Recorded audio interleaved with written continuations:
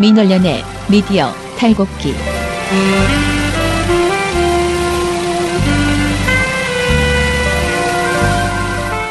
민원연의 미디어 탈곡기 239화를 시작하겠습니다. 네, 안녕하세요.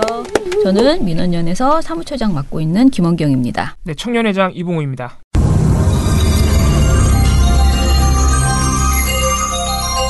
민주언론 시민연합에서는 5.18 가짜뉴스 신고센터를 열어 광주 민주화운동 관련 허위, 왜곡, 가짜뉴스를 제보받습니다.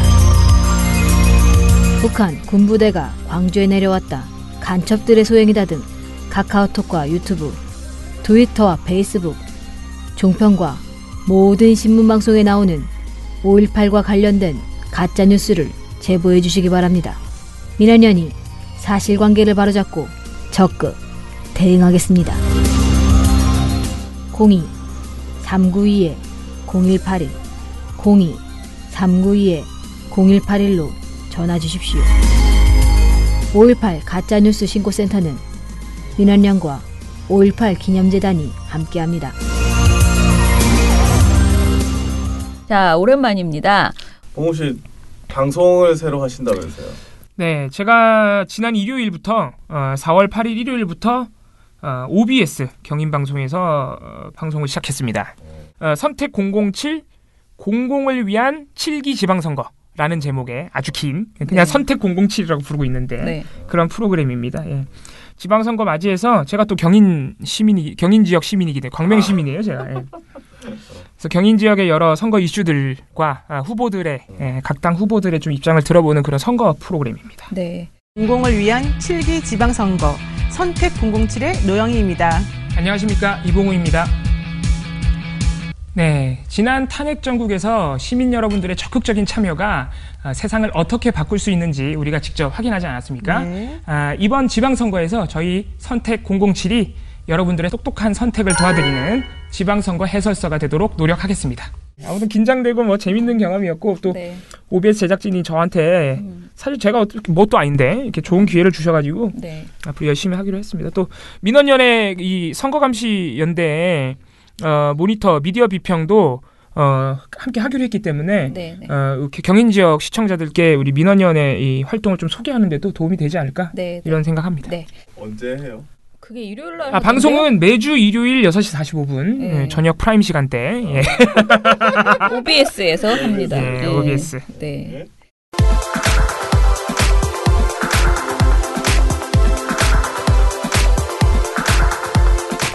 네, 그러면은 일단은 미디어 스크랩부터 해보죠. 먼저 요거는 제가 먼저 하는 게 나을 것 같아요. 그죠? KBS 사장 양승동 신임 사장이 취임을 했다고 합니다. 어제죠? 네, 어제. 뿌듯해요. 어제 제 페이스북 친구들을 보니까 다들 엄청 좋아하면서 아무튼 저는 많은 사람들이 쓴 것들을 보다가 느낀 거는 민임동기 국장이 이제 국장 아니죠? 민동기 국장이 지금 나오셨나요? 네. 드디어 또 휴식을. 또 뭐라고 했냐면은 이제 매체 간 상호 비평 프로그램 만들어야 된다. 매체 비평 프로그램을 만드는 것이 KBS의 시작이다. 뭐 변화의 시작이다. 이런 얘기를 했더라고요. 혹시 자기가 가고 싶어서 그런 거 아닐까 이렇게 생각도 과거에 했지만. 또 그런 방송을 하신 적이 있으니까. 그런데 이제 저도 KBS의 미디어 포커스를 워낙 좋아했던 사람으로서 미디어 포커스가 제가 원래 그 지금 CBS에서 하는 시사잡기 정관용입니다의 코너 이름이 미디어 포커스인데 그걸 처음에 만들 때 미디어 포커스가 생길 때까지 이거를 해서 미디어 포커스라는 이름을 살려놓자 우리가 막 이런 장난을 치면서 그 이름을 만들었거든요. 그럼 곤란한데요. 조만간 생길 수도 있는데 진짜로 KBS. 저희는 코너 이름을 바꾸면 됩니다. KBS에서 미디어 포커스가 부활했으면 좋겠다라는 생각이 많이 들고요. 그 KBS 신임 사장에 대한 기대가 정말 많은데 일단은 좀 한계가 있는 것은 이게 이제 취임해서 실제로 일할 수 있는 시간이 너무 짧습니다.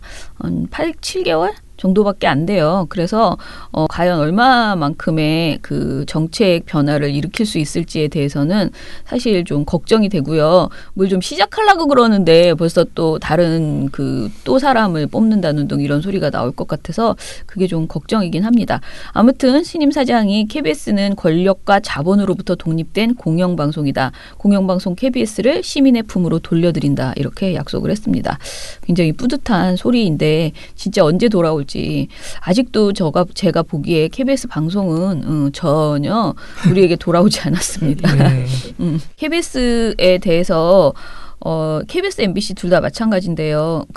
지금 이제 우리가 적폐청산을 해야 된다고 계속 주장하고 그리고 그동안 9년 동안 고생하셨던 분들이 다시 돌아가서 이제 일을 해야 되는 그런 상황인데 그 이전 10년 전, 9년 전 실력으로는 사실상 제대로 된 방송을 내놓기 저는 힘들다고 보고요. 정말 갈고 닦은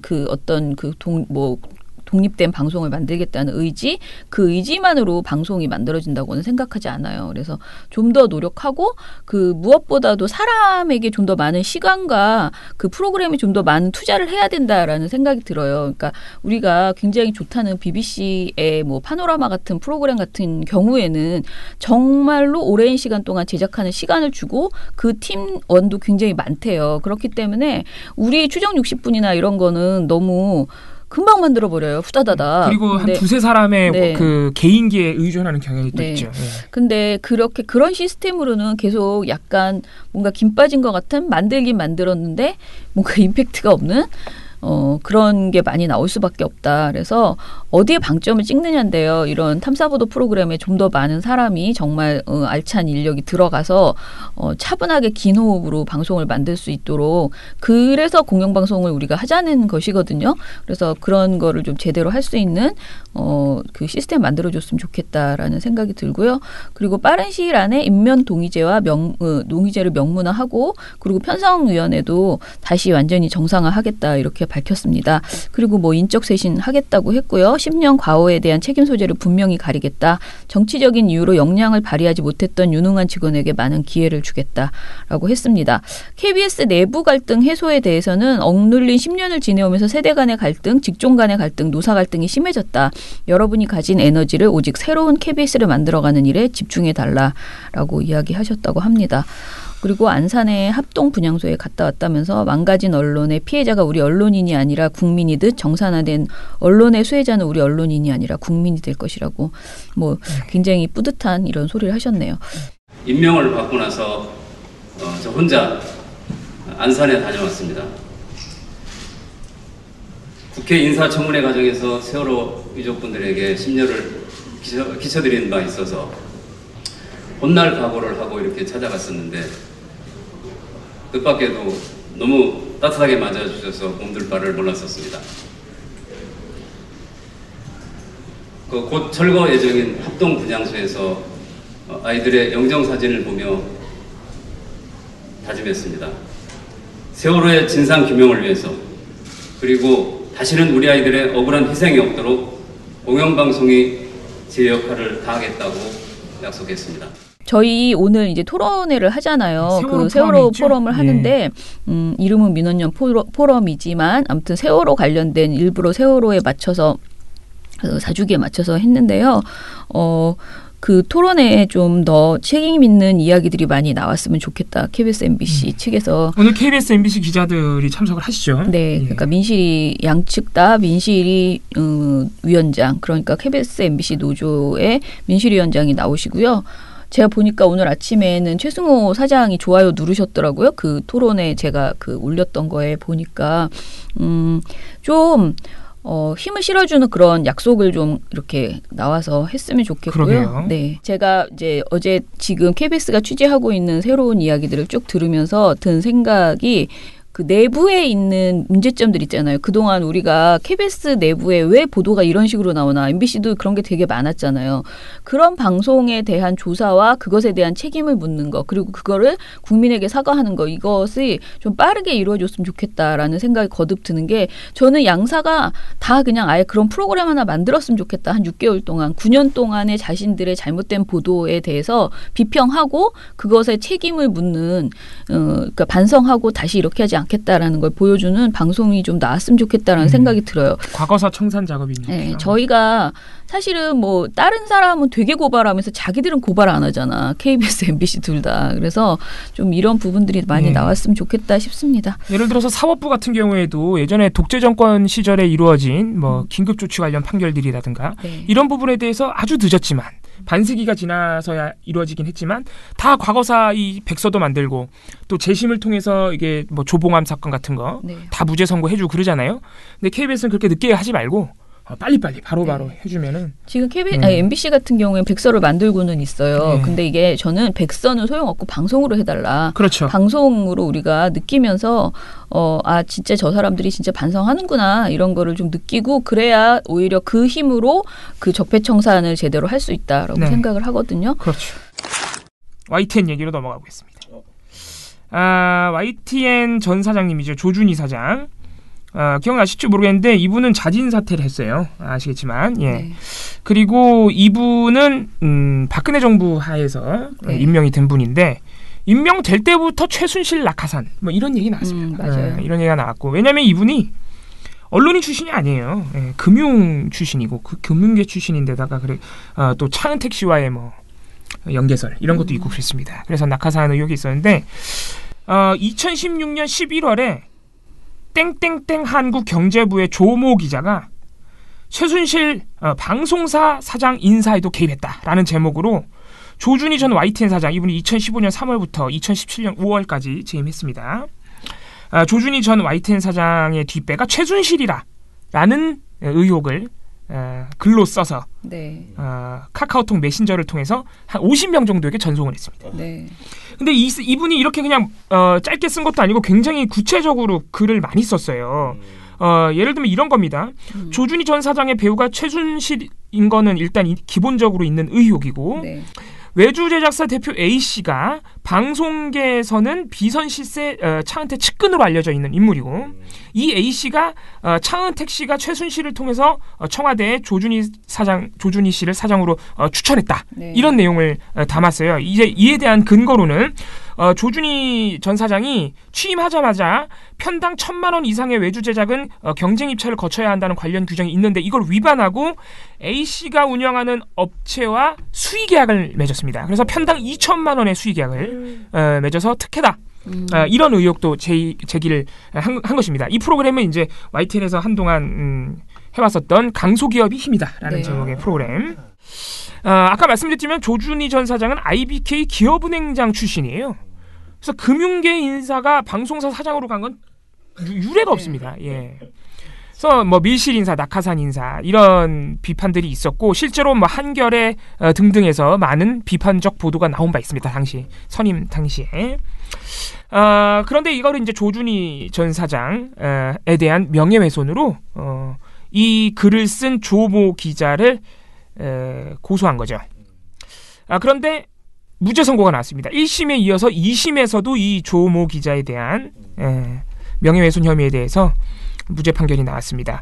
사실 1심 판결에서도 이게 고의적으로 명예훼손을 한 것으로 보기가 어렵고 여러 가지 재반 사항이 있다 하더라도 그런 의도가 있다고 보기는 어렵다. 그리고 어느 정도는 공익에 취합한 의혹 제기라고 할 수 있다. 이렇게 판시를 했는데 검찰이 이제 인정을 못하고 항소를 했는데 2심에서도 똑같은 판결이 나온 겁니다. 예를 들어서 검찰 측에서는 근거가 있어요. 뭐냐면은 조준희 전 사장은 최순실 씨와 차은택 씨를 알지도 못한다. YTN 사장 선임은 정기 주주총회를 통해서 합법적으로 이루어졌다.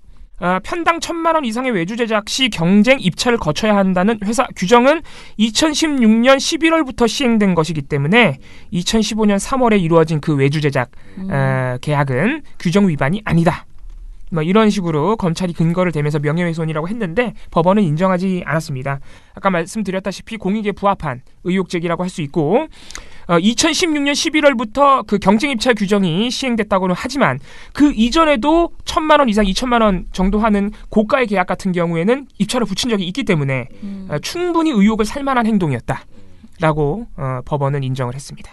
네, 뭐 어떻게 보면 당연한 것이지만 다시 한번 이 YTN이 특히 YTN 사장이 어떤 인물들이 왔었는지 좀 주목해볼 만한 사실이라고 할 수 있고요. 또 그 아까 제가 말씀드린 강소기업이 힘이다는 좀 문제가 많은데, 왜냐하면 조준희 사장이 그 의혹뿐만이 아니고 퇴임한 다음에 이 강소기업이 힘이다라는 프로그램에서 소개된 바 있는 엘리베이터 제작업체인 송산 특수 엘리베이터 회장에 취임했어요. 2월달에.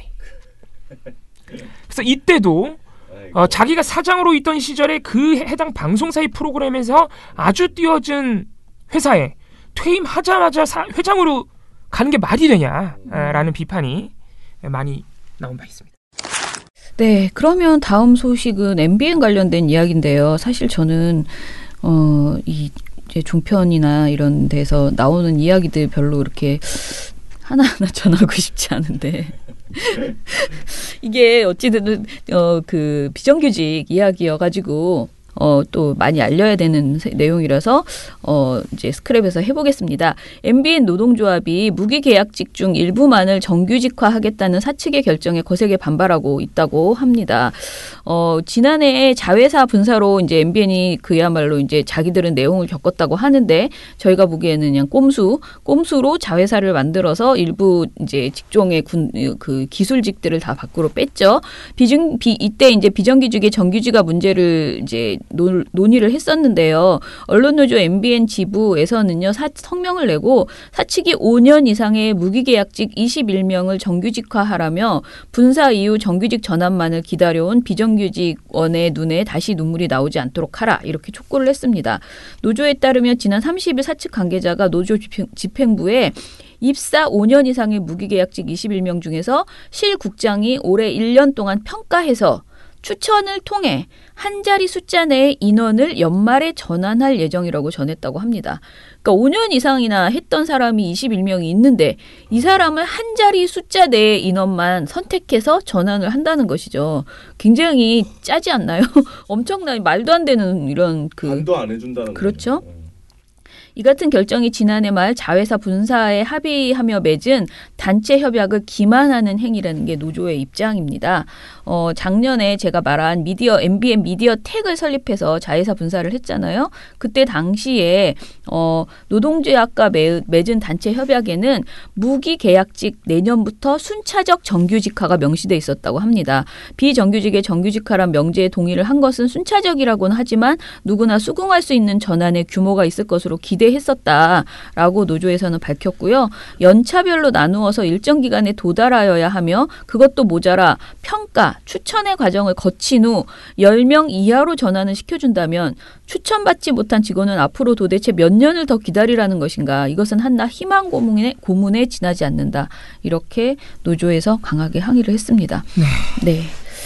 저는 MBN 노조가 언론 노조 산하인 것도 지금 알았네요. 자, 노조는 이번 결정이 당시 합의를 했던 구성원들의 동의 취지와도 충돌한다라고 주장을 하면서 노조는 합의 당시 조합원의 마음을 흔든 것은 비정규직 처우 개선이었다. 대부분 비정규직과 함께 일하고 있는 몇몇 부서의 정규직 사원들은 분사가 된다면 비정규직이 정규직으로 전환되는 것이 훨씬 수월하지 않겠나 싶어서 자신들이 자회사로 전락하는 것을 감수하더라도 그들이 정규직만 된다면 기꺼이 분사에 동의하겠다라면서 그때 이제 동의를 했다는 것이죠.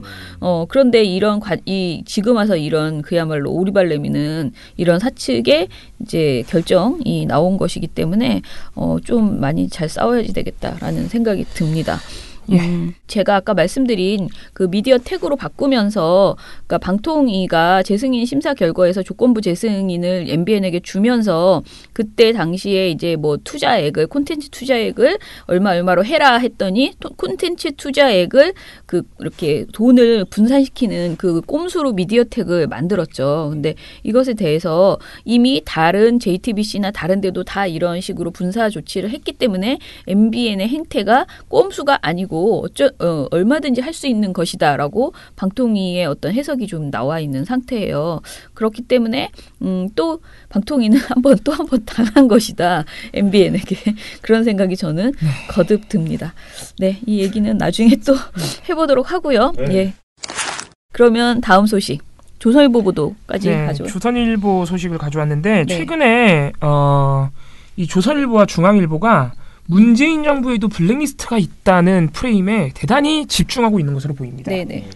중앙일보와 조선일보에서 연달아서 이런 보도가 나왔는데 네. 근데 둘 다 근거가 굉장히 부실해서 네. 지금 논란이 일고 있는 거죠. 중앙일보 같은 경우에는 이제 몇몇 연구소와 네. 방송 출연자들에게 대북 정책에 비판적이라는 이유로 문재인 정부가 퇴사하게 만들고 또 방송에 출연하지 못하게 했다. 이런 블랙리스트 보도가 나온 바 있는데 저희가 지난번에 다 반박을 해드린 바 있고 청와대에서도 강력하게 항의를 했죠. 네. 4월 9일 날 어제입니다. 조선일보가 또 이런 보도를 냈습니다. 네네. 그러니까 이 프레임에 지금 보수 언론들이 굉장히 뭔가 힘을 쏟고 있다 이렇게 볼 수도 있을 것 같아요. 꽂혔어. 예, 그러니까 뭔가 이 문재인 정부를 비판할 수 있는 여지가 나와야 되는데 이 부분에 집중하고 있는 것으로 보입니다. 특히 이제 보수 지지층이 민감한 특히 이 안보 분야, 네. 남북관계 분야에서 블랙리스트를 끼워 맞추고 있다 이런 느낌인데 4월 9일 조선일보가 일면 톱으로 낸 보도는 어떤 보도냐면은 한국 정부가 미국 싱크탱크 검열,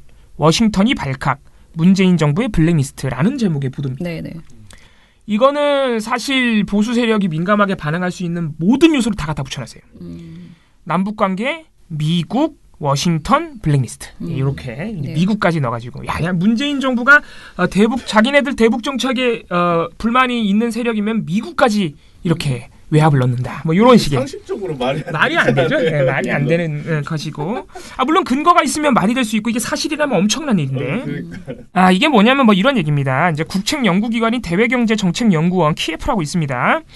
여기서 미국 존스 홉킨스 대학교 산하의 한미연구소라고 있습니다.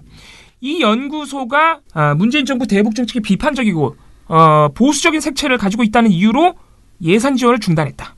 그러니까 쉽게 말해서 한국 정부가 네. 미국 대학교 산하에 있는 보수적인 한미연구소의 예산을 끊어버렸다 이겁니다. 네네. 그리고 또 하나 구재회 한미연구소 소장 역시 교체하려고 외압을 넣었는데 그것도 역시 구재회 소장이 보수적인 색채를 띠고 있기 때문이다. 그래서 자신의 코드에 맞지 않는 인사들, 연구소를 몰아내기 위해서 외압을 행사하고 있다고 보도했습니다. 네. 이 모든 게 조선일보의 실제 보도에 담겨있는 내용들이에요.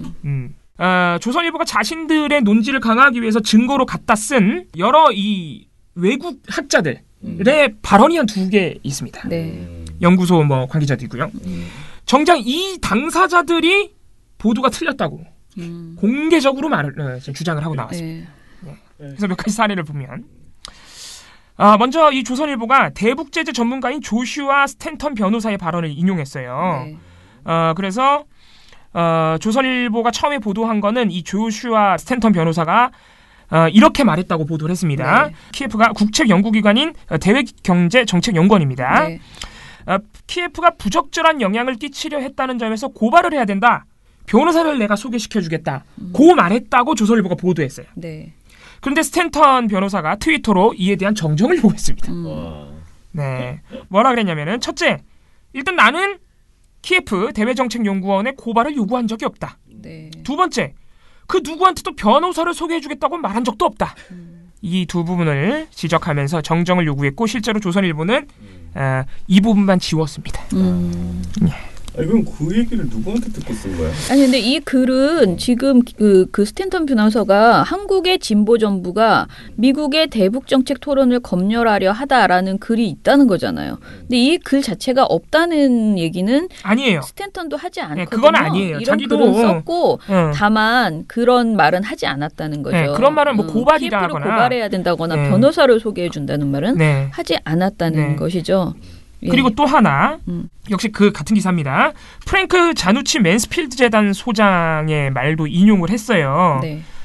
그래서 조선일보가 보도하기로는 이렇게 말했다고 보도를 했습니다. 학문의 자유를 지키려는 갈루치 이사장은 한미연구소 이사장입니다. 그리고 나살 이분은 존스 홉킨스대 국제대학원장입니다. 모두 한미연구소 관계자들이죠. 이 두 사람을 응원한다. 이렇게 말했다고 조선일보가 보도했어요.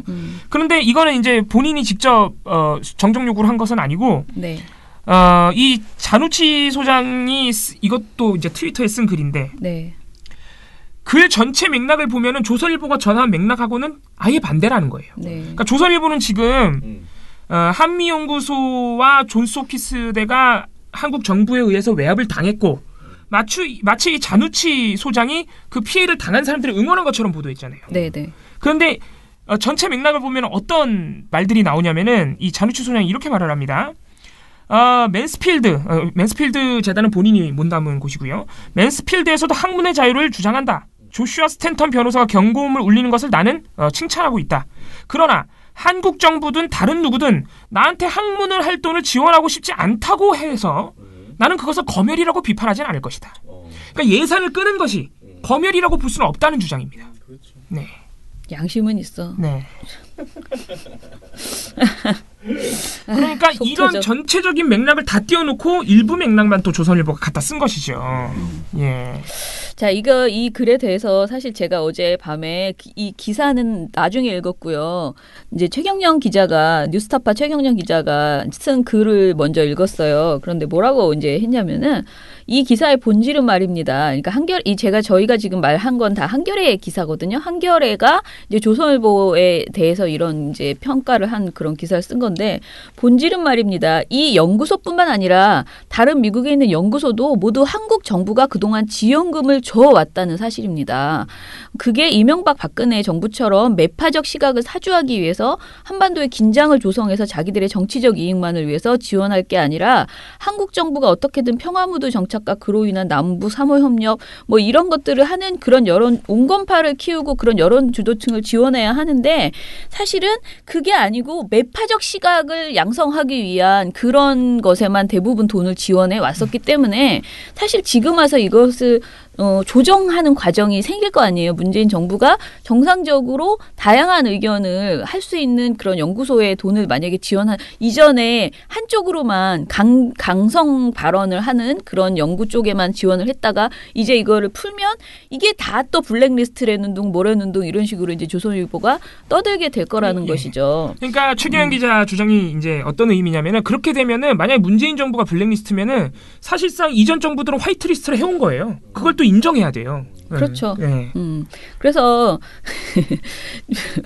최경영 기자는 이렇게 말했어요. 조선일보가 마치 큰일처럼 떠드는데 웃기지 마세요. 그게 정부의 외교 역량이고 하는 일이고 할 일이에요. 미국 내 한국 외교의 우군을 더 키워서 미 여론을 더 한국의 안정과 평화에 우호적으로 움직이는 것. 정부는 그런 일을 해야 합니다. 라고 이렇게 딱 썼습니다. 예, 그러니까 조선일보는 참 너무 이렇게 자기들에게 거꾸로 말하면 이 기사를 통해서 진짜 아까 말한 것처럼 그동안의 화이트리스트 같이 자신들이 특정 그 보수적인 색채를 가지고 있는 그런 연구소에 그리고 그런 인사에게 좀 더 많은 우리 정부가 지원을 해줬다는 것을 지금 반증한 것이죠. 그런데 그거를 이제 우리 편 사람들이 지금 막 교체되고 있어라고 마구 떠들고 있는 이 상황 굉장히 무슨 대단한 잘못을 한 것처럼 정부가 이렇게 비판을 한 것이고 그 와중에 해석도 잘 못해서 이렇게 해석을 잘못한 게 아니라요. 의도적으로 악의적으로 왜곡한 거죠. 그리고 지금 이 부분에 대해서 청와대는 당연히 반박을 했습니다. 일단 청와대 입장은 무엇이냐면은 예산 중단 지원한 것은 이 한미 연구소가 예산을 어떻게 썼는지 사업을 충실히 이행했는지 이런 거 결산 보고서를 매년 내잖아요. 네네. 그런 거를 너무너무 부실하게 내서 전혀 파악이 안 된다는 거예요. 우리가 그러니까 정부가 예산을 지원했으면 그걸 제대로 썼는지 당연히 봐야 됩니다. 특히 국책연구 같은 경우에는. 그렇죠. 그냥 연구가 아니고 국책연구잖아요. 근데 그런 거를 제대로 보고를 안 하니 그거를 수정 요구를 했는데도 안 해서 예산을 중단한 것이다. 일단은. 이렇게 일단 반박을 했고 구제 소장에 대해서도 같은 부분을 질책을 한 것이지 그만둬라 이렇게 외압을 준 것이 아니라고 일단 반박을 했고요. 이거 오늘 아침에 보니까 중앙일보가 이걸 또 받아서 또 단독을 냈어요. 네. 뭐냐면은 지난해 10월 26일 한미연구소의 관리감독기관이 아까 말씀드렸다시피 대외 경제정책연구원이잖아요. 이 연구원 국정감사가 있었는데 민주당 이하경 의원이 사실상 구제외 소장 인사에 개입하는 발언을 했다는 단독 보도입니다. 근데 이게 되게 웃겨요, 이게. 아니 근데 개입을 어떻게 안 하냐고. 그 보고서도 안 내는 그런 연구소를. 돈만 먹고 있는데. 네. 그 국회의원이 그러면 그걸 다 보면서도 가만히 앉아 있어야 되냐고. 답답해. 자, 중앙일보가 어떻게 이 마법의 논리를 제가 보여드릴게요. 중앙일보가 이거 심지어 단독으로 낸 건데 그 당시 청문회 국정감사 속기록을 입수했대요, 자기네가. 그러면서 이하경 의원이 그 이제 구제회 소장과 대외경제정책연구원 KF에 어떤 말을 했는지 다 쓰긴 썼는데 이하경 의원의 발언이 이렇습니다. 한미연구소는 예산을 썼는지, 예산을 어떻게 썼는지, 사업은 충실히 진행되었는지, 사업 계획은 제대로 서 있는지 전혀 파악이 되지 않는다. 이런 상황이 현재 한미연구소가 오래된 소장께서 계속 구제회 소장께서 계속 연임을 하고 계신데 또 소장께서 임기제도를 도입하겠다고도 했는데 이런 내용의 변화가 전혀 없다. 앞으로도 내용의 변화가 없으면 국회가 더 이상 예산을 지원할 이유가 없다고 말을 했습니다. 이게 뭐 잘못이에요? 아니 지금 이 발언을 했다는 이유로 중앙일보는 보도 마무리에 어떻게 마무리를 짓느냐. 이러한 발언을 이유로 자유한국당에서는 구제회 속가내기에 조직적으로 움직였다는 것을 직접 증명했다. 바른미래당도 구소장 인사에 청와대가 개입했음을 스스로 인정한 꼴이다라고 주장하고 있다고 중앙일보가 마무리를 했어요. 네. 아니 진짜. 아니 그러면은 예산을 어떻게 썼는지 보고도 안 하고 임기제도 도입하겠다는 약속도 안 지키는 소장을 그대로 내버려 두고 예산 지원을 한다? 그 직무유기죠, 그건 정부가. 그러니까. 그리고 사실은 그동안 대외경제정책연구원이 도대체 일을 어떻게 했는지 그거를 정말 전면검사를 해야 되는 사안 아니에요?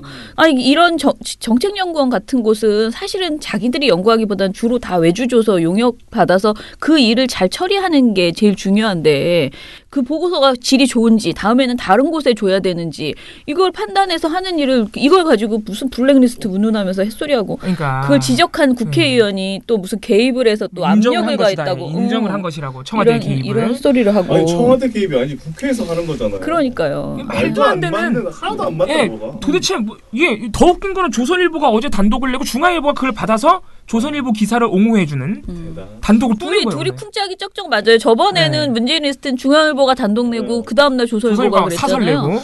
예, 아주 그냥. 그러니까 아주 절친이 되셨습니다. 근데 제가 볼 때는 그렇게 공작을 꾸미고 싶으면은 좀 거짓말이 들통 안 나게 좀 치밀하게 했으면 좋겠다. 뭐 이런 말도 안 되는 기사를 써가지고. 말도 안 돼. 아이고 정말 갑갑합니다. 갑갑해요. 근데 뭐 이 강인선 워싱턴 지국장이 쓴 기사였잖아요. 아까 조선일보 기사. 뭐 그분이 뭐 어쩌다 워싱턴 지국장으로 가셨는지 모르겠지만 한국에 있을 때도 이분이 쓰는 칼럼이 진짜 늘 문제적이었거든요. 그런 걸 생각하면 뭐 충분히 할 수 있는 글이었다. 뭐 집에서 세다가 밖에서 세는 수준으로 지금 글을 쓰셨다. 아무튼 이게 지금 근데 이런 식의 블랙리스트 이야기 이런 게 일종의 새로운 선거 보도인 거예요. 지금 사실 우리가 어제 제가 이제 그 지역 민원연 분들하고 같이 선거 보도를 위한 교육을 갔다 왔는데 선거 보도가 없어요. 선거 보도가 요즘 거의 죽어가지고 많이 안 나오고 오늘도 우리 얘기했지만 생각보다 선거 보도 할 만한 게 별로 없고 모니터 할 만한 게 이런 식의 마치 예전 같으면은 무슨 그 종북몰이를 하듯이 지금은 문정부를 비판하는 게 일종의 선거 보도의 대안이 된 거예요. 이렇게 조중동 이 보수 언론에서. 그래서 이런 걸로 이제 정부를 막 흔들고 이 정부가 뭔가 비도덕적이라거나 아니면은 정권에 대한 보복을 한다. 이런 이야기를 하면서 그러니까 이전 정부에 대한 보복을 지금 하고 있다. 그러니 우리 보수여 단결하라. 이게 새로운 선거 보도 전략인 거죠. 자신들의. 전략이죠. 그거밖에 할 게 없어요. 네, 그러니까요. 네. 그러니까 지금 남북 관계를 빌미로 한 색깔론하고 지금 그거 별로 안 먹히거든. 지금 너무 실망이에요 보수가. 제 말을 좀 끝까지 들으세요. 그거 하나랑 그거 그래도 하는 게 그거밖에 없어요 지금. 자유한국당 보면 하는 게 그거밖에 없고 또 하나가 지금 이명박 박근혜 정부의 범죄에 대한 처벌이 이루어지고 있는데 그거를 거꾸로 문재인 정부한테 뒤집어 씌우는 작업이 지금 하나 이루어지고 있는 거예요 지금. 조선 동아를 보면 조선 중앙이죠. 네. 근데 이게 그냥 기사만 읽어도 너무 이상해요. 기사만 읽어도. 뭘 조사해보지도 않아. 그냥 읽으면 이상해. 그래, 맞아요. 읽으면 이상합니다. 국민은 이제 더 이상 이런 데 속지 않습니다. 이번에 선거의 결과를 한번 또 봐야겠습니다. 네.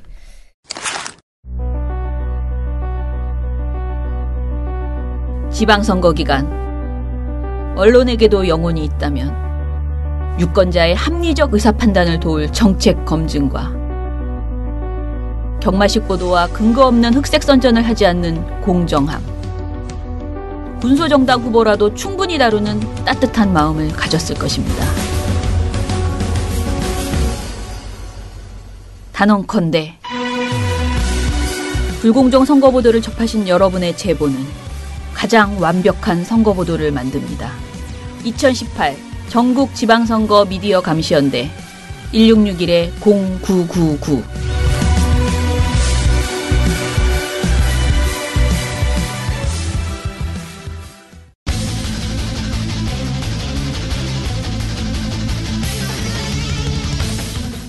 저희가 이제 선거보도 감시를 하고 있죠. 네. 미디어감시연대가 지방선거 미디어감시연대가 발족을 해서 하고 있는데 아직 선거보도의 비중이 그렇게 높지는 않습니다. 뭐 보도 전문 채널이나 심지어는 종편 시사 토크쇼에서도 한 4개 하루에 4개 프로그램 하면 한 개, 4개 중에 1개꼴로만 선거를 다루면서 하고 있는데 물론 어느 정도는 경향이 보입니다.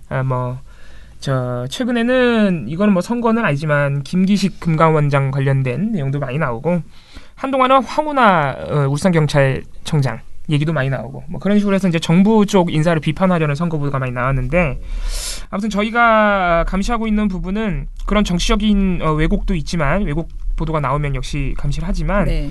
아주 기본적으로 선거 보도가 지향해야 되는 보도들이 있습니다. 저희가 늘 말하는 경마식 보도와 지역주의 보도입니다.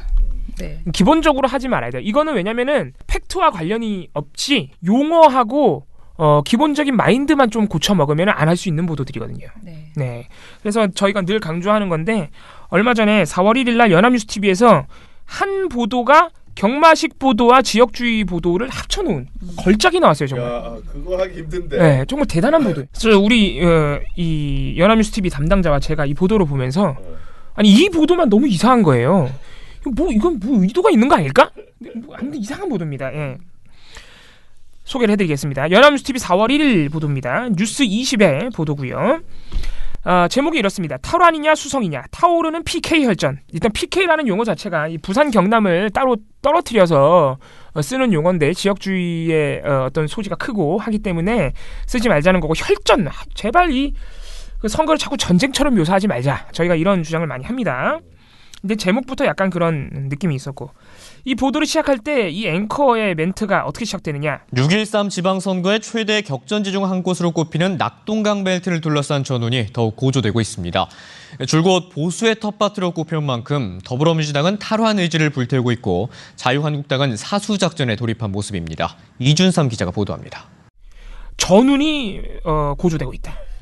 민주당은 탈환을 하려고 하고 있다. 진짜 전쟁이네. 자유한국당은 사수에 돌입했다. 이런 식으로 보도하지 말자는 겁니다.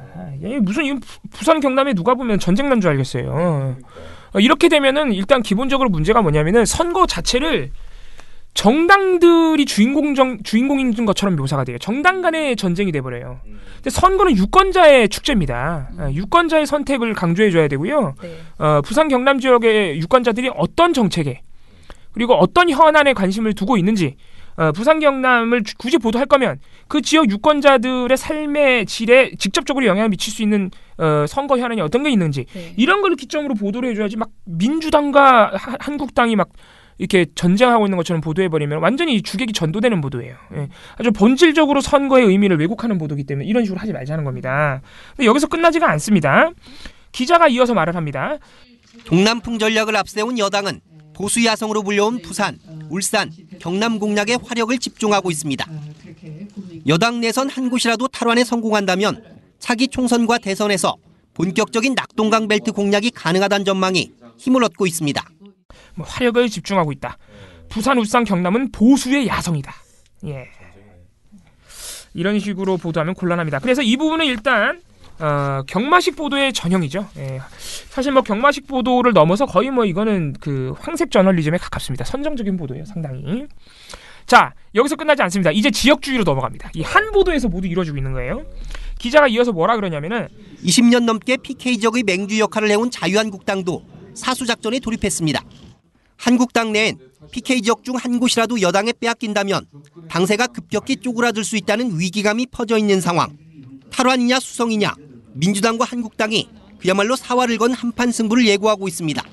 연합뉴스TV 이준삼입니다. 이렇게 보도했습니다.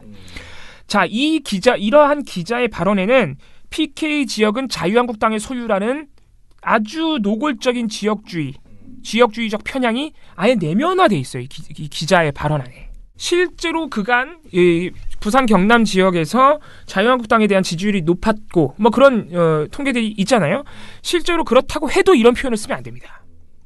왜냐하면 아무리 그렇다고 해도 부산 경남 지역에 다른 정당을 지지하는 수많은 시민들이 있거든요. 그런데 PK의 맹주는 자유한국당이다. 보도에서 이렇게 해버리면은 연합뉴스TV가 부산 경남에 있는 수많은 타정당 지지 시민들을 모욕하는 거예요. 네, 말이 안 되는 거죠. 기본적인 사실관계도 어긋나지만 시민의 유권자에 대한 모욕이기 때문에 이런 식의 지역주의 보도를 내면 안 됩니다. 발언을 쓰면 안 된다는 점 굉장히 중요합니다. 또 하나가 나오는데 그중에서도 핵심은 문재인 대통령과 노무현 전 대통령의 고향이 있는 경남. 문재인 대통령과 노무현 전 대통령이 고향이 경남인 것과 선거가 도대체 무슨 상관입니까? 이것도 역시 지역주의, 특정 정당의 지역주의를 부각하는 그런 식의 보도 태도이기 때문에. 아니 근데 그래서 유리하다는 거예요? 여당 쪽 얘기를 하면서 이런 얘기를 한 거는 유리하다고 워딩을 하진 않았지만 민주당이 그런 쪽의 전략을 쓸 것이라는 거죠. 그러니까 좋은 정보를 주시는 거예요. 왜 하는지는 저도 모르겠어요. 뉘앙스를 주기 위해서. 왜 하는지는 모르겠지만 이런 보도 자체가 지역주의를 그러니까 유발하는 거죠. 경남 유권자들과. 고향이 거기다. 그렇죠. 그런데 이런 식의 보도 자체가 상당히 그러니까 다른 지역주의 보도 경마식 보도 많이 봤지만 저는 이런 사례는 정말 처음 봤어요. 한 보도 안에 그 두 가지 잘못된 행태가 모두 섞여 있으면서 이 보도 워딩의 수위도 굉장히 높습니다. 뭐 PK의 맹주는 자유한국당 이런 근데 이런 중세 시대 이런 그러니까 아주 그 전근대적인 보도라고 할 수 있겠습니다. 근데 뭐 어떻게 보면 너무 그동안에 너무 익숙하게 나왔던 보도 태도잖아요. 네. 그래서 그냥 너무 문제의식 없이 평소에 하던 온갖 그 선거 보도의 어떤 말투 이거는 다 갖다 붙였구나. 굉장히 자기는 열심히 했어요. 저 보도 목소리 실제로 들어보시면 굉장히 전투적으로 열심히 리포트를 하거든요. 이렇게 열심히 하는 기자 하는 결기가 있습니다. 굉장히 길고 리포트 자체도 그래서 열심히 했는데 다 하지 말라는 것만 한 하지 말라는 것만 열심히 그런 보도여가지고 좀 빵 터졌습니다. 그래서 이게 그냥 보통 저희가 선거 보도 감시하다 보면은 정말 미약한 수준의 경마식 보도는 진짜 수도 없이 많습니다. 네. 그래서 저희가 웬만하면 넘어가요.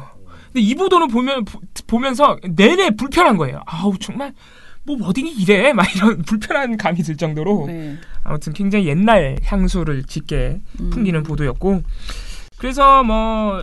지역주의 얘기가 나왔으니까 저희 이 YTN 연합뉴스TV 담당자가 또 아주 좋은 보도를 하나 찾아냈더라고요. 20대 총선 직전에 SBS가 이 데이터 저널리즘 코너 중에서 이거는 이제 디지털 뉴스팀에서 나오는 거라서 인터넷으로만 나오는데 마부작침이라는 시리즈가 있어요. 물론 마부작침은 총선 때는 보도로 나간 적도 있습니다. 네. 여기서 지역주의의 역사를 캤어요. 도대체 이렇게 우리 언론과 정치권이 마치 우리 대한민국의 아주 고질병인 것처럼 원래 있었던 것처럼 자꾸 이렇게 하고 있는 지역주의 조장이 언제부터 시작됐나를 역사적으로 파본 거죠. 그래서 SBS가 당시에 보도한 내용에 따르면 1985년 12대 총선까지는 1985년이면 이제 전두환 정권인데 이때까지는 영남 호남 간의 뚜렷한 지역주의 구도가 선거 결과에 전혀 나타나지 않는다는 겁니다. 독재 대 민주 세력의 양상으로 구분이 된다는 거예요. 지역과 관계없이. 그러니까 1985년까지는 지금과 같은 지역주의 구도가 전혀 나타나지 않았다. 근데 언제부터 나타나느냐? 형식적 민주화 직후인 1988년 13대 총선. 그러니까 민주화 직후에 이뤄졌던 첫 총선이죠. 이때가 되면 비로소 영호남에 따른 뚜렷한 지역 구도가 나온다는 겁니다. 근데 왠지 아시겠죠? 자, 1987년 대선 때 어떤 일이 벌어졌냐면 김대중 당시 후보와 김영삼 당시 후보가 대표적인 민주 세력이었는데 반독재 세력이었는데 이 두 분이서 단일화에 실패합니다. 그러면서 민주 세력이 양분되면서 노태우 군부 독재에게 또 정권을 넘겨줘요. 이렇게 되면서 이때부터 이 김대중, 김영삼, 노태우 이 세 사람에 의한 지역구도에 따른 선거운동이 아주 가열차게 벌어집니다. 이 김대중 전 대통령과 김영삼 전 대통령은 같은 민주 세력이다 보니까 이 자기를 차별할 수 있는 지점이 지역이 되어버리는 거죠. 이런 과거가 있는 겁니다. 그래서 대선을 거치고 이 13대 총선에서 1988년 총선에서 비로소 뚜렷한 영호남에 따른 지역구도 선거가 나오기 시작하고 이때부터 시작된 지역구도를 정치권이 내면화하기 시작합니다. 이게 장사가 되는 거예요. 유권자들에게 이게 아무리 뭐 민주주의에 대한 어떤 결기 또는 정책적인 어떤 비전 이런 것보다는 이게 먹히는 거죠. 이때부터 정치권이 이걸 이용하면서 지금까지 한 번도 탈피를 한 적이 없다고 합니다. 그게 되게 센가 보네. 네. 근데 중요한 것은 무엇이냐? 지금 모든 언론과 정치권 심지어는 우리들도 내면하고 있는 이 지역구도가 30년밖에 안 됐다는 거예요. 원래 우리의 무슨 민족성 이런 게 아니라는 겁니다. 그러니까 충분히 탈피를 할 수 있는데 언론이나 정치권이 이 PK 무슨 TK 뭐 PK 혈투 이런 식으로 지역주의 보도를 하면서 악순환이 이어지고 있다는 거죠. 그래서 제가 볼 때는 언론이 나서면 충분히 탈피할 수 있다 이런 생각이 드는 그런 대목이었습니다. 네, 아무튼 정말 아주 상투적인 그런 기사였는데 어제 이제 저거를 제가 그 선거보도감시연대 사이트 저희 이제 그 대표자들 모이는 단체 카톡방이 있어서 좀 거기에 우리가 이제 뭐 하는지 조금 올려줘야 될 것 같아서 이 보고서 이것저것을 선거보도가 나오면 이제 계속 거기로 올리고 있는데 이걸 보더니 다들 아니 아직도 이런 보도가 있나라고 다들 깜짝 놀라셨어요. 그러니까 이게 아무리 지금도 이루어지고 있는 선거보도지만 제가 오늘 소개해드린 연합뉴스 TV 사례는 아까 말씀드렸다시피 너무 옛날 보도 같아요. 이 워딩 이런 거 자체가. 네. 그래서 되게 재밌다. 이런 보도가 아직도 있구나 라면서 지적하시는 그런 공감해 주시는 분들이 굉장히 많았습니다. 그리고 제가 어제 이제 사실은 선거 그 모니터 때문에 이제 교육을 갔잖아요. 뭐 교육을 가면서 이제 지방이다 보니까 특히 그 모니터가 이제 신문에 더 많이 지역 신문에 더 많이 치중이 돼요. 그래서 저희는 이제 방송 보도를 더 많이 아무래도 하게 되는데 그러니까 서울은 신문 기사는 조중동의 그 신문 프레임이라는 게 뻔하잖아요. 그래서 이렇게 별로 신문 기사 심의를 많이 안 보는데 제가 어제 교육을 위해서 이제 선거 기사 심의위원회가 있어요. 지금 언론중재위원회 안에 있습니다. 그러니까 선거에 관련된 인터넷 신문이나 신문 관련된 내용들을 이제 심의하는 곳이죠. 근데 이제 선거기사 심의위원회가 벌써 회의를 한 4차례 했어요. 이제 3차례? 3번에 지금 그 결과가 나왔는데 심의 결과가 꽤 많이 올라와 있더라고요. 그래서 굉장히 재미있었고요. 제가 이걸 읽으면서 그걸 읽다 보니까 신문은 비교적 방송보다는 심의가 잘 나오는 편이다라는 생각이 들었어요. 그러니까 제가 여태까지 작년 대선 때 선거 보도를 생각해 보면요, 그러니까 선거방송심의위원회에서 내놓은 게 경고가 딱 하나밖에 없었는데 그게 SBS의 문재인 그 대통령 그 세월호 관련된 그 보도 하나만 경고가 나왔고요. 사실상 주의도 거의 없었고요. 권고가 그냥 우리가 엄청 세다고 지적한 뭐 TV조선이나 MBN의 보도 이런 게 한두 개 권고가 나오는 수준이었고 거의 다 문제없음이었어요. 심지어는 MBC에서 문재인 대통령이 당시에 이제 MBC 정상화에 대해서 언급한 거 가지고 보복성 발언 그런 보도를 되게 많이 했거든요. 진짜 한 일주일 내내. 어제 MBC 100분 토론에선 더불어민주당 요청으로 민주당 대선 주자들의 합동 토론회가 열렸는데요. 이 대선 후보 검증 자리에서 문재인 전 대표가 갑자기 공영방송을 압박하는 발언을 했습니다. 보도에 육덕수 기자입니다. MBC 상암동 사옥에서 진행된 민주당 경선 후보 토론회. 1대1 토론 순서가 되자 문재인 전 대표는 안희정 충남지사를 상대로 갑자기 MBC 인사 문제를 거론했습니다. 지금 탄핵정부 속에서 후임사장 인사를 강행했고 심하게 망가졌다며 MBC가 태극기 집회를 찬양했다고 주장하는 등 공영방송의 보도 내용까지 문제 삼았습니다. 저는 MBC도 아주 심하게 무너졌다고 생각합니다. 탄핵 반대 집회를 찬양하기도 하고. 토론의 형식을 무시한 돌출 행동에 사회자도 상대방도 당황했습니다. 남은 시간 다 쓰시죠. 예. 3분을 말씀하시고 이제 1분을 저한테 주셨는데 시간 배분상으로는 다들 자기가 짓고 나면 공영방송은 정부를 위해서 일해야 된다고 다 공영방송을 틀어주려고 합니다. 오늘 문 전 대표는 MBC뿐 아니라 공영방송이 역할을 못하고 있다고 거듭 주장했지만 과거 자신이 청와대 수석과 비서실장으로 일했던 노무현 정부 시절 비판 언론을 상대로 한 언론 데모질 등에 대해서는 언급을 피했습니다. 참여정부에 계실 때는 언론 문제 개혁을 하긴 하셨는데 과거 이야기 하실 거 없고요. 지금 공영방송이 역할을 못하고 있다. 문 전 대표 측은 논평을 통해 MBC가 언론 적폐의 민낯을 드러내고 있으며 MBC는 더 이상 국민의 눈가기를 가리지 말라고 재차 밝혔습니다. MBC 뉴스 육덕수입니다. 그거에 대해서 얼마나 보도를 거의 사측 성명 읽듯이. 근데 그런 보도도 의견 제시밖에 안 나오는 그런 방송통신. 그 기각도 많이 나왔어요. 네, 그랬는데 신문은 굉장히 재미있는 게 많이 나오더라라는 거예요. 그래서 제가 몇 개를 좀 보여드리면 이제 2018년 선거기사 심의위원회 심의 결과예요. 굉장히 주의와 경고가 많이 나와 있습니다. 근데 주의는 여기에서 주의는 흔한 것이에요. 별로 이렇게 흔해 빠졌어요. 예. 여기 방송과 또 다르네요. 예, 다르더라고요. 근데 경고 맞은 거를 한번 보면요. 이제 경북도민일보에서 2018년 2월 26일 날 바른미래당 다음 달 일낸다라는 칼럼을 냈대요. 근데 이 칼럼에서는 대구 경북 지역 선거구에서 특정 정당이 약진할 것이라고 전망하면서 객관적 근거를 제시하지 않고 지역 정가에서 회자되고 있다. 정가 일각에서는 이라는 표현을 해서 불분명한 근거를 제시하면서 특정 정당을 이제 약진을 예언하는 이런 보도를 했기 때문에 이것이 이제 객관성을 위반했다라고 해서 경고를 맞았어요. 그리고 이런 것도 있어요.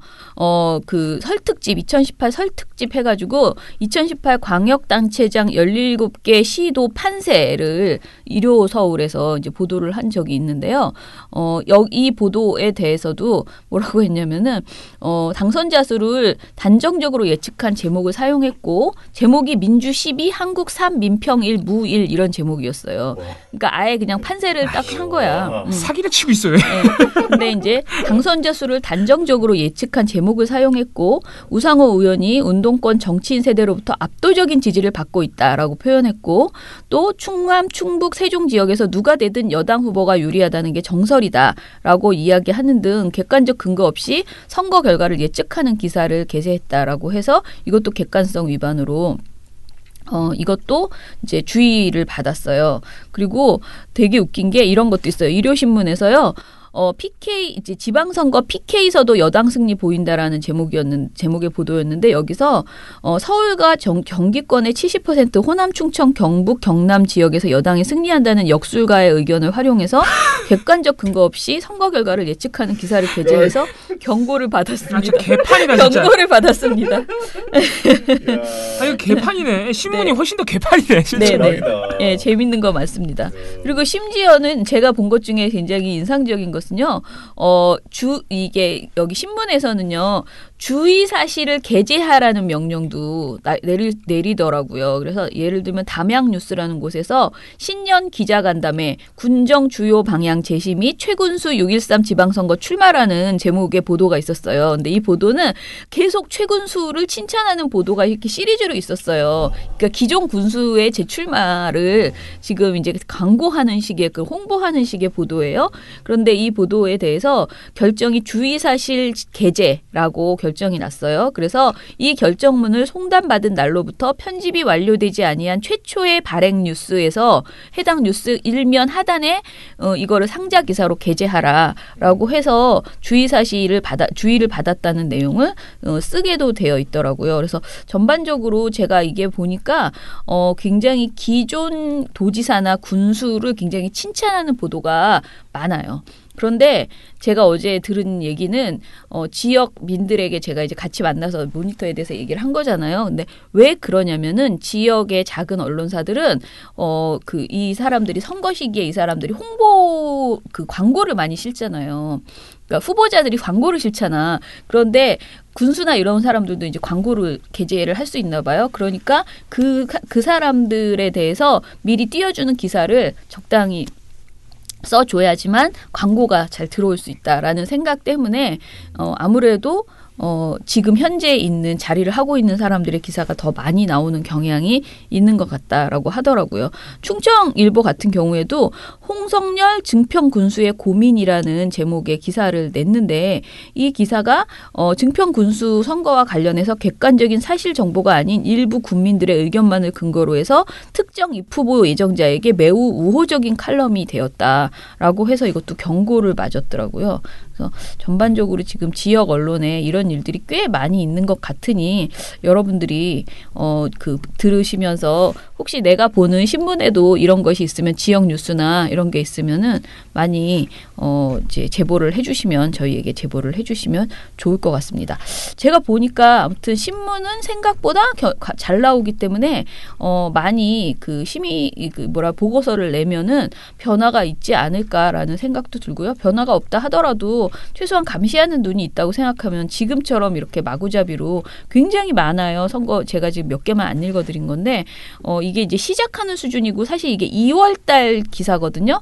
2월 기사를 3월 말에 결정을 했더라고요. 그러니까 한 달 조금 넘게 걸려요. 심의를 넣으면. 근데 좀 빨리빨리 우리가 선거 관련된 보도는 빨리빨리 내야지 되겠다라는 생각이 들었습니다. 아니 그러면 이거 뭐 조선일보나 이런 데도 네. 심의를 할 수 있잖아요. 네. 넣을 수 있어요. 그러면 이게 뭐 불이익이 가나요? 그 언론사에?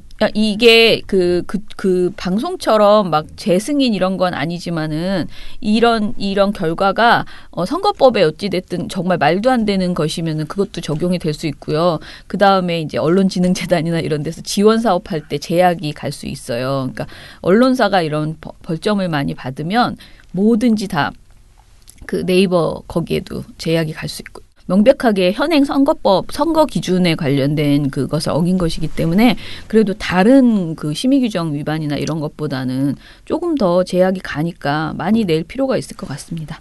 근데 이렇게 신문 쪽에서 좀 더 중징계 사례가 훨씬 비중이 높은 이유는 지금 말씀해 주신 거 보니까 두 가지 정도 이유가 있을 것 같은데 하나는 일단 훨씬 신문의 양과 질이 사례가 더 훨씬 더 심하네요. 심각해요. 훨씬 더 심각하고 많네요. 그리고 네네. 신문이 그리고 더 기사량이 많으니까 그냥 거의 기본적으로. 홍보지 같이 그렇게 돼버린 거죠. 그런 이유가 하나 있을 거고 두 번째는 아까 말씀해 주셨다시피 방송사들은 특히 이 종편과 지상파 3사 이 방송사들은 이게 재승인하고 바로 연결돼요. 중징계가. 네. 그러니까 방심위도 함부로 못 주는 거예요. 봐주는 거예요. 그래서. 네. 복잡한 문제 피하려고. 근데 신문 같은 경우에는 아까 말씀드렸다시피 그렇다고 신문사를 문 닫게 하진 않거든요. 이런 거 가지고. 네. 그런 이유도 있을 겁니다. 예. 7, 6, 5, 4, 3, 2, 1. You'll never have the sacred stone. Oh, this you crazy mother. 대댓글 해보겠습니다. 집 맨 위에 있는 거는 미련곰탱님이신데 어제도 방송 잘 들었습니다. 그러고 보니 오늘 세월호 보도 관련 포럼이군요.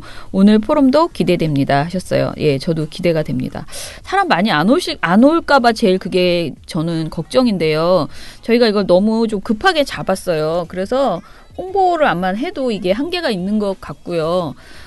저는 그냥 적게 와도 안 하는 것보다는 낫다라고 생각하고요. 혹시 못 오시는 분들은 국민TV를 통해서 생중계 되거든요. 생중계 아니면은 이제 다시 유튜브로 편집해서 올라갈 예정이니까요. 나중에라도 꼭 한번 보시고 댓글 달아주세요. 왜냐하면 사실 저는 그 방송사의 네 분의 그 노조원들을 그러니까 민실위 위원들을 이렇게 끌고 나오는 그 자리를 만든 것 자체가 사실은 어떻게 보면 약간 좀 고압적이었거든요. 그분들 이렇게 꼭 이렇게 와가지고 막 반성하고 우리가 뭘 하겠다 이렇게 약속을 내놓고 싶지 않아요, 사실은. 근데 이거를 우리가 강제해서 우리 이런 자료 마련했으니 다들 나와주세요. 말은 이제 요청이지만 사실은 안 나오면 욕먹을 것 같아서 이제 나온 부분이 분명히 있어요.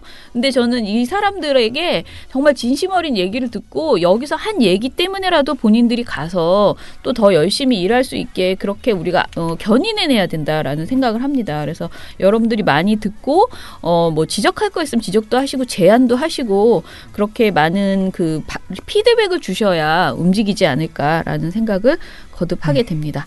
그리고 뭐 배나은 활동가가 나쁜 기사에 대해서 댓글을 많이 달아달라 했다고 이렇게 이제 그 레인지 칠세님께서 써주셨는데요.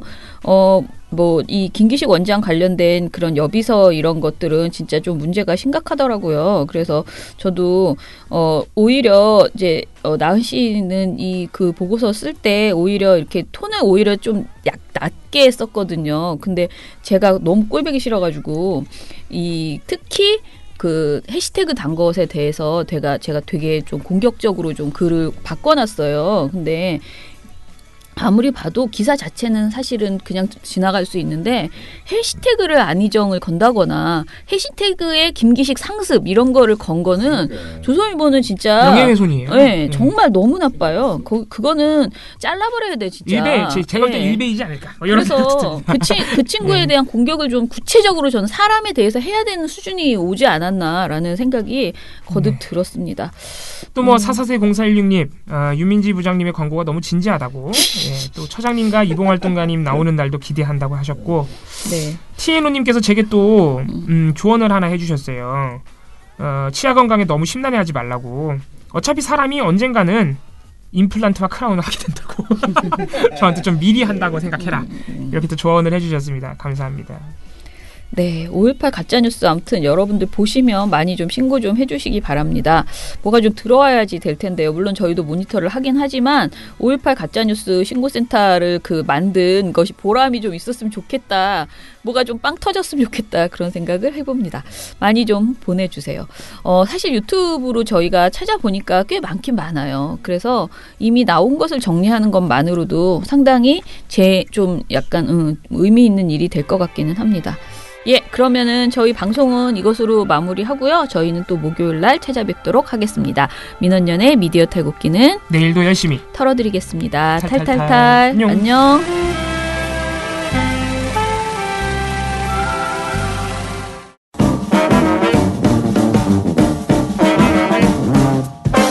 여러분, 미디어 탈곡기 잘 들으셨나요? 민원연은 1984년부터 우리 사회 언론 민주화를 위한 걸음을 우직하게 걷고 있습니다.